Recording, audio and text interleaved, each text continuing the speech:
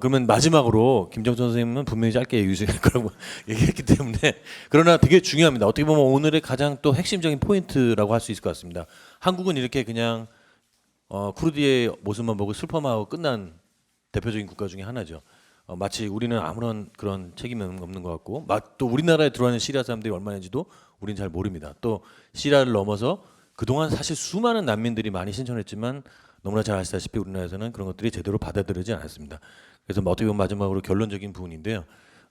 김정천 선생님께서 발표를 해주시겠습니다. 네, 저는 짧게 하겠습니다.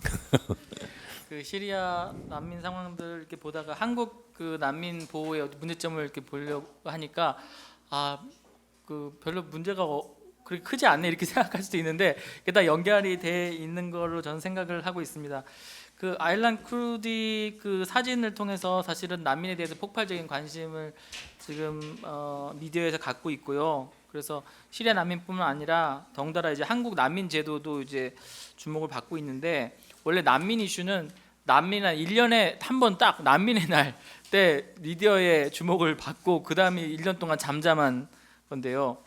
이번에는 이제 계속해서 이제 한 2달 내내 저희 사무실뿐만 아니라 다른 난민 지원 단체들도 마찬가지일 텐데 계속해서 이제 미디어에 약간 어떻게 보면 시달렸던 그런 기간이었습니다. 그 난민이 누구냐? 난민 이제 저는 이제 그 법률가이기 때문에 이제 법적인 접근을 많이 할 텐데요. 그 난민 협약상에 보면은 그 이제 민족적인 이유로 또 정치적인 이유로 종교적인 이유로 또 심지어는 사회적인 이유로 본국에 돌아가면은 박해를 받을 그런 위험이 큰 사람들이 이제 난민입니다. 그리고 이제 난민을 이제 보호해야 될 의무는 약간 뭐 인도적이고 약간 도덕적인 그런 이제 의무도 당연히 있겠지만 사실은 법적인 의무예요. 그러니까 헌법 6조 1항에 보면은 그 이제 국회에 이제 비준 동의를 받아가지고 이 비준한 그 이제 국제 규약들, 국제 협약들은 다 국내법과 똑같은 효력을 갖도록 되어 있습니다. 그렇기 때문에 난민 협약 우리가 이제 1992년에 이 비준한 난민 협약은 국내법과 같은 효력을 가지고 있습니다. 근데 난민 협약에 보면 이제 누가 난민인지를 규정을 하고 있고요. 또 난민은 어떤 보호를 받아야 되는지를 이제 규정을 하고 있습니다. 근데 이제 우리가 1992년에 난민 협약을 가입을 했는데 언제 처음으로 난민을 인정을 했냐면 2001년에 가가지고 10년 뒤에 가가지고 난민을 에티오피아 난민을 딱 한 명 인정을 했습니다. 그래서 그 20년이 난민 비준 한 20년이 되던 해에 이 에티오피아 난민이 어디에 있나 찾아보니까 이탈리아에 가 있더라고요. 한국에 너무 살기 힘들어가지고 이탈리아에 가 있더라고요. 근데 2001년에 왜 난민을 인정하게 됐냐면 이 난민 유엔 난민 기구의 어떤 이제 관련된 그 기구가 있습니다. 그 집행 이사국이라고 해야 되나요? 집행위원회라고 해야 되나? 그런 이제 기구가 있는데 한 50여 개국이 이제 거기에 집행 이사국으로 돼 있는데 2001년에 저희 나라가 처음으로 이제 유엔 난민 기구 집행 이사국이 됐습니다. 근데 집행 이사국이라고 하는 나라가 난민이 하나도 없는 겁니다. 그러니까 부랴부랴 난민을 인정을 한 게 아닌가 이제 싶은데요. 근데 이제 처음에 난민 제도를 운영할 때 뭐 다른 것도 마찬가지지만 일본 제도를 그대로 베꼈습니다. 일본에도 이제 출입국 관리법에 난민 이제 규정을 두고선 거기서 난민 인정 절차도 운영하고 그다음에 난민 이제 정의도 이제 난민 협약을 원용하는 방식으로 이제 규정을 하고 했는데 우리도 똑같이 이제 출입국 관리법에다가 난민 관련된 조항을 가지고 이제 시행을 했습니다. 근데 사실은 목적이 다르잖아요. 출입국 관리법은 그냥 출입국을 통제하기 위한 건데 난민은 사실은 난민을 인도적인 이유로 이제 보호하려고 하니까 완전히 목적이 다른데 목적이 다른 게 이제 같은 법에 있단 말이죠. 그렇기 때문에 이제 그 시민사회에서는 이제 꾸준히 난민법을 이제 독자적인 법으로 이제 만들어야 된다라는 그런 운동이 이제 2005년, 2006년부터 계속이 됐습니다. 그래서 이제 결국은 이제 2012년에 국회를 통과하게 되고 2013년 여름부터 이제 시행이 됐습니다. 그래서 지금 난민법 시행이 된 지 2년이 됐어요. 그래서 저희는 난민 난민 규정을 이제 출입국 관리법을 이제 개정을 해야 된다 이런 데서 넘어가지고 목적이 다르기 때문에 완전히 독자적인 난민법을 이제 만들어야 된다라고 이렇게 계속 주장을 했습니다. 근데 이제 거기서 이제 재밌는 얘기 재밌을지는 모르겠는데 저희가 이제 국회의원을 컨택을 해야 되잖아요. 근데 야당 의원 중에는 정말 관심 있는 분이 없는 거예요. 이 난민 이슈에 대해서. 그래서 저희가 누구랑 같이 결합을 해서 작업을 했냐면 황우여 의원하고 이제 같이 작업을 했습니다. 그래서 황우여 의원은 저도 여러 번 이제 만났고 이제 일본에도 여러 번 같이 가서 이제 일본 사람들은 되게 부러워하는 게 우리가 일본제도 베껴가지고 난민제도 운영했는데 일본은 계속 제자리인데 우리는 난민법 만든다고 하니까 굉장히 부러워하고 그래서 어떻게 이제 그것이 되는지 이제 많이 초대해가지고 이제 뭐 이제 상황도 듣고 했는데요.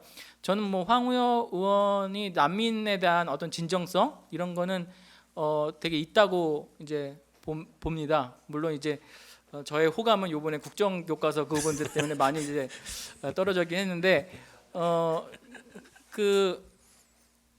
이분을 컨택한 게 저희로서는 뭐 굉장히 운이 좋았다라고 생각하는데 두 가지 점에서 그러는데 하나는 실제로 난민법이 통과되는데 지대한 역할을 했어요. 그때 2012년 때 여야 간에 되게 갈등이 심해가지고 뭐 국회가 열리지 않은 상황이었는데 이제 압박이 되게 이제 많으니까 민생 관련된 그런 사안에 관해서는 이제 논의를 하겠다라고 이제 열었는데 두 번째 순위에 난민법이 돼 있는 거예요. 그러니까 이거 난민법은 사실은 뭐 민생 이런 거랑 관계가 없는 건데 그때 이제 원내대표였을 거예요 아마 황우여 의원이. 그래서 이거를 두 번째 논의 순위에 이제 놓았습니다. 그래서 그런 의지가 많이 작용했고요. 또 하나는 이제 다른 나라 또 유럽 같은 데 특히 보면은 이 난민 이슈라는 게 굉장히 정치화되어 있습니다. 근데 우리는 지금 일종의 보수주의자들이 보수적인 색깔을 가진 사람들이 난민법을 이제 지지하는 그런 바람에 약간 이게 어떻게 되지 않는 그런 어떤 이제 장점이 좀 생기지 않았나 생각이 들고요. 최근에 또 난민법과 관련돼서 이제 개정 논의가 있는데 이 개정도 또 보니까 야당 의원보다는 또 여당 의원들, 홍일표 의원이라든지 이런 분들이 또 관심이 많으세요. 그래서 그분들 이제 접촉하면서 이제 운동을 하고 이제 있습니다.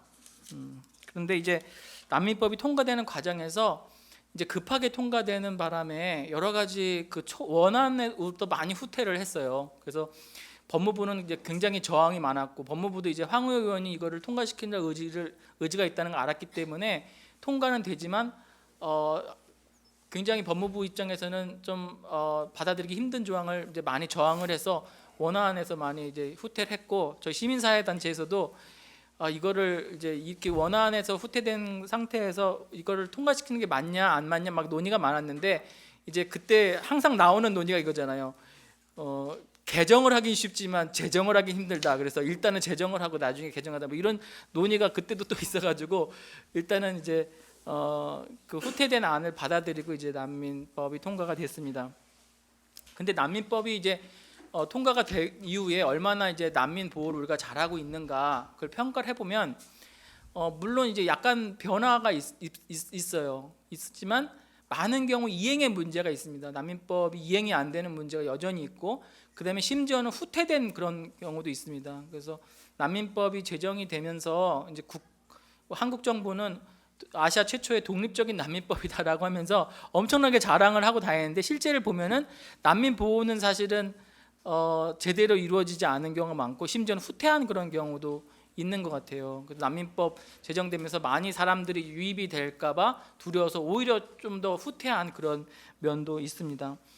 근데 저는 이제 그럼 난민 보호를 어떻게 평가를 하느냐 크게 두 가지로 이제 평가를 할 수 있다고 보는데요. 하나는 우리가 난민을 얼마나 보호를 하고 있냐, 얼마나 많은 숫자를 보호를 하고 있느냐라는 거고요. 또 하나는 난민들이 그럼 어떻게 우리나라에서 어떤 권리를 보장을 받고 있냐, 보호를 받고 있냐 그 두 가지 기준으로 이제 판단을 좀 말씀을 드리고 싶습니다. 난민이 이제 얼마나 인정이 되느냐, 얼마나 난민으로 확인이 되느냐는 문제는 사실은 난민 인정 절차라든지 또 난민을 어떻게 파악하느냐라는 난민의 어떤 정의의 해석 문제랑도 연결이 돼 있다고 봅니다. 난민 협약의 정신에 부합하게 이제 해석을 할수록 난민 인정률이 높아지겠죠. 그리고 난민 인정 절차가 신속하고 투명할수록 난민 인정률이 높아질 텐데 그 두 가지의 문제점이 있기 때문에 또 난민 인정률이 굉장히 낮은 그런 문제가 있습니다. 그리고 난민들이 얼마나 보호를 받고 있느냐 문제는 난민 신청자들이 얼마나 보호를 받고 있느냐, 또 난민을 인정받은 사람들이 얼마나 보호를 받고 있느냐,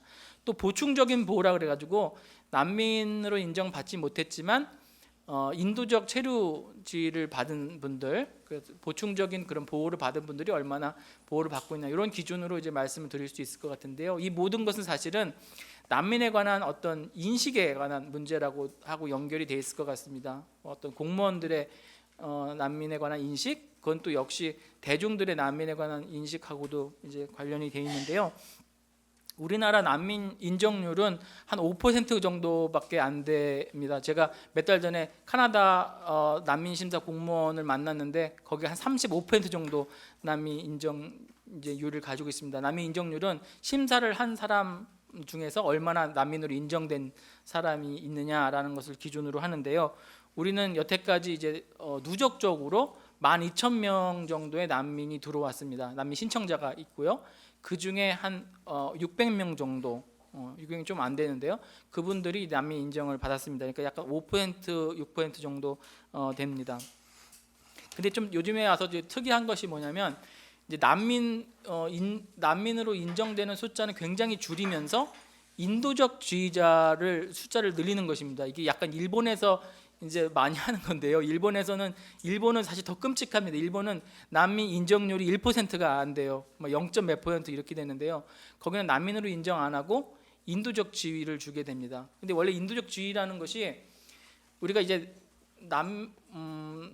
이제 우리가 지켜야 될 이제 협약이 난민과 관련해서는 뭐 난민 협약만 있는 게 아니고 다른 협약도 마찬가지로 있죠. 근데 이제 뭐 자유권 규약이라든지 고문 방지 협약 그런 데 보면은 이제 강제 송환 금지 원칙이라는 게 있습니다. 그거는 난민이 아니더라도 이분들이 돌아가면은 이제 고문을 당하거나 또 어떤 굴욕적인 그런 처우를 당하거나 비인도적인 처우를 당하는 경우에는 이분들을 돌려보내지 못하도록 되어 있습니다. 근데 난민의 경우에는 이 박해라는 것이 이제 박해 사유가 일종의 한정이 돼 있어요. 그래서 민족적이라든지 아니면 또 뭐라 그래요? 어떤 정치적인 견해라든지 또 종교라든지 사회적인 어떤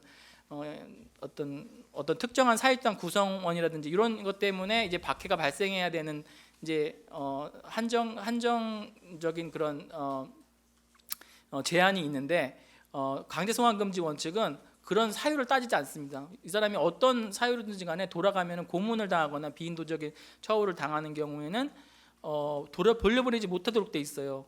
그럴 경우 난민은 아니지만 결국 인도적인 이유로 보호를 해야 됩니다. 그래서 이제 인도적인 그런 각국에서 그래서 인도적인 그런 보충적인 보호라는 이름으로 인도적인 그런 체류를 허락을 하고 있습니다. 그런데 우리나라 일본의 특징이 뭐냐면 난민 협약상 난민으로 인정이 당연히 돼야 되는데 이 사람을 난민으로 인정을 안 하고 보충적인 지위를 주는 것입니다. 이제 시리아 분들이 대부분이 그렇습니다. 시리아 분들은 제가 판단하기에 당연히 난민주의를 줘야 마땅한데요. 이분들이 제가 틀리면 말씀해 주세요. 한 86명 정도 제가 마지막으로 이제 정보를 본 거는 786명 정도가 한국에 이제 오셨는데 그 중에 3명만 난민 인정을 받았습니다. 그리고 많은 분들은 대부분 인도적 지위를 받았어요. 그러니까 난민으로 인정받아야 될 분들이 인도적 지위를 받은 거죠. 근데 인도적 지위라는 것이 뒤에도 나오겠지만 전혀 인도적이지 않습니다. 인도적 지위자가 누리는 권리라는 것이 딱 2가지예요. 하나는 뭐냐면 체류를 할 수 있는 거예요. 1년마다 체류를 갱신할 수 있는 게 답니다. 또 하나는 취업 허가를 받을 수 있는 거예요. 근데 취업 허가는 난민 신청자에 관해서도 이제 말씀드리겠지만 이게 일종의 캐치 22라고 그러잖아요. 이 난민 취업 허가를 받기 위해서는 이제 근로계약서를 가져와야 됩니다. 근로계약서를 가지고 제출해야지 취업 허가를 받을 수 있습니다. 근데 취업 허가가 없는 사람이 근로계약서를 받기가 진짜 하늘의 별따기잖아요. 사업주가 취업 허가를 안 받고 온 사람이 비자 타입을 보면은 일할 수도 없는 사람이 근로계약서를 만들어 달라 그런다. 그러면 당연히 안 만들어주죠. 그래서 이게 되게 악순환적인 그런 상황인데요. 그러니까 있으나 마나한 그런 제도라고도 할 수 있습니다. 근데 그래서 인도적 지위를 굉장히 많이 주고 있는데 결국 전혀 인도적이지 않다라는 그런 말씀입니다. 그런데 이렇게 인정률이 낮은 것은 이제 난민의 정의하고도 난민의 정의를 어떻게 해석하느냐랑도 관계가 있습니다. 근데 이제 난민법도 그렇고 법원도 그렇고 이제 법무부 난민 제도를 운영하는 법무부도 난민 협약에 따른 난민 정의를 이제 따르지 않고 있다는 것이 이제 저의 판단이고요. 두 번째로는 난민 인정 절차에서도 여러 가지 좀 문제가 있습니다. 일단은 너무 장기화돼 있고요. 또 투명하지 않은 그런 문제점들이 있습니다. 그리고 난민을 이제 심사하는 공무원들이 너무 부족할 뿐 아니라 좀 어떤 많이 전문성이 떨어지는 그런 문제도 있어서 일종의 누구를 만나느냐가 굉장히 중요한 겁니다. 근데 난민에게는 이제 자기의 케이스를 입증할 수 있는 그런 이제 입증하기 굉장히 힘들죠. 여러 가지 어떤 증거하고 거리가 있잖아요. 물리적인 거리도 있고 또 사회심리적인 취약성도 있고 또 문화적인 거리도 있기 때문에 증거를 수집해서 제출하기가 되게 힘듭니다. 그렇기 때문에 난민을 심사하는 사람이 사실은 공동으로 이 증거를 수집해 가지고 같이 한번 입증해 보자 이런 마음으로 사실은 이제 접근을 해야 되는데 어디 한번 너가 입증해 봐라. 근데 손발 다 묶어 놓고서 어디 한번 입증해 봐라. 이런 태도기 때문에 좀 난민 인정 절차에서도 좀 많이 문제가 있는 것 같습니다. 그래서 이제 저도 이제 난민 소송을 해보면은 참 되게 힘들어요. 그래서 지난주에도 난민 소송 하나 패소했는데 굉장히 이거 품이 많이 듭니다. 제가 이 난민 소송의 품을 가지고 일반 소송했으면 참 돈을 많이 벌었겠다 이런 생각이 드는데 굉장히 품은 많이 드는데 입증 정도가 굉장히 높기 때문에 뭐 모든 걸 다 해봐도 사실은 입증하기가 굉장히 힘듭니다. 예를 들어서 카메룬 사건에 이제 카메룬 사건이었는데 카메룬에서 어떤 자료를 가지고 제출을 하면은 카메룬에서 나온 자료는 다 믿을 수 없다. 그러면 그것을 또 입증하기 위해서 또 다른 자료를 내잖아요. 그럼 그 자료를 또 입증을 해야 되고 이거 무한 후퇴라고 해야 되나요? 이런 어떤 느낌을 이제 지울 수가 없습니다. 그 난민 인정률과 관련해서 뭐 난민의 정의라든지 입증 정도 또 난민 인정 절차에 대해서 말씀드렸고요. 난민의 권리와 관련해서는 난민 인정자에 관련해서는 예전보다는 난민 인정자의 권리가 형식적으로는 좀 나아진 면이 있습니다. 우리가 이제 초안을 작성할 때 이제 북한 이탈 주민 지원 및 정착에 관한 법률에서 이제 탈북자들이 보호를 받는 그 내용들을 많이 이제 차용을 해가지고 여기에 넣었는데요. 문제는 뭐냐면 뭐 탈북자들도 마찬가지지만 난민의 경우에도 이제 전혀 네트워크가 없고 생소한 그런 어떤 이주자로서의 취약성이 이제 있기 때문에 그냥 어떤 권리를 네가 가질 수 있다, 누릴 수 있다 이것만 딱 가지고는 실제로 그 권리를 찾아 먹을 수가 없어요. 그래서 절실하게 느끼는 거는 보통 이제 그 사례 관리 공무원이라고 하나요? 케이스 워커를 사실은 붙여가지고 그 사람의 어떤 딱 그 맞는 그 사람의 어떤 필요에 맞는 그런 서비스를 해주지 않으면 그 이제 종이 위에 이제 적힌 권리가 보장이 안 되는 경우가 많이 있습니다. 난민 신청자의 권리에 대해서는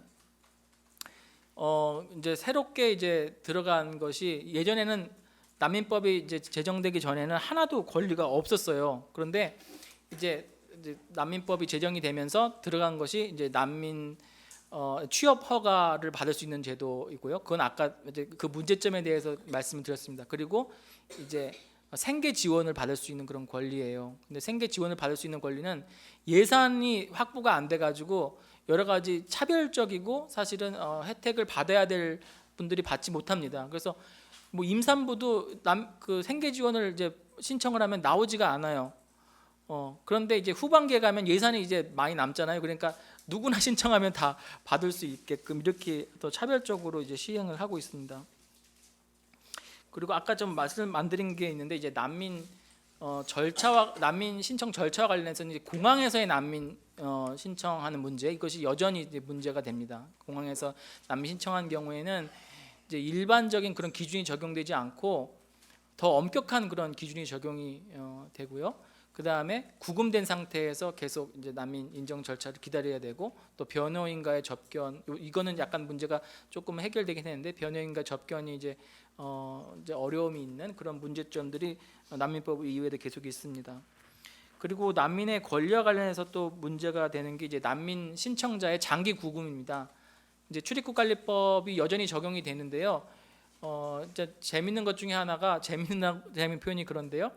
외국인에 관해서는 이 이주 구금 관련돼서는 구금의 상한이 없습니다. 그래서 이제 장기 구금이 사실은 이제 실제로 굉장히 문제인데, 그 대부분의 장기 구금되는 사람들은 난민 신청자예요. 막 2년씩, 3년씩, 장기로는 4년씩 구금된 사람들도 있습니다. 그래서 여전히 이제 난민 신청자의 문제 중에 심각한 것이 이제 그런 것들입니다. 근데 이런 것들이 이제 좀 어떤 거랑 연결이 되냐면 결국 인식의 문제입니다. 난민의 인식의 문제라고도 할 수 있습니다. 공무원들의 어떤 인식 문제, 그 다음에 어떤 대중의 인식 문제. 그래서 뭐 그 아일란 크루디 그 이제 사진과 관련돼서 여러 가지 미디어가 조명을 이제 하고 있고, 미디어들은 그나마 좀 프렌리하게 이렇게 접근하고 있는데 비해서 댓글들은 여전히 좀 인종차별적이고 악성 댓글이 많고, 막 그걸 보고 있으면 약자가 더 약한 약자를 괴롭히는 그런 형국이다, 그런 생각을 많이 하고 있습니다.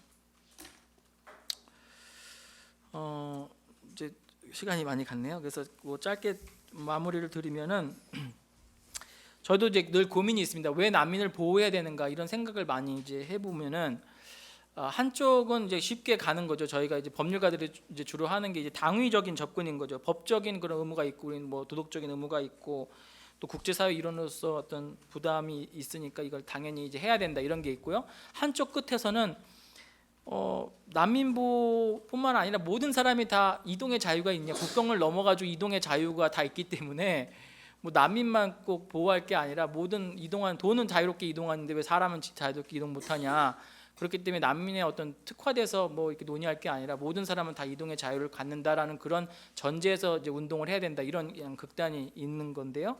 그 사이에 어떤 논거를 가지고 우리가 이제 운동을 해야 될까, 그런 고민이 되게 많습니다.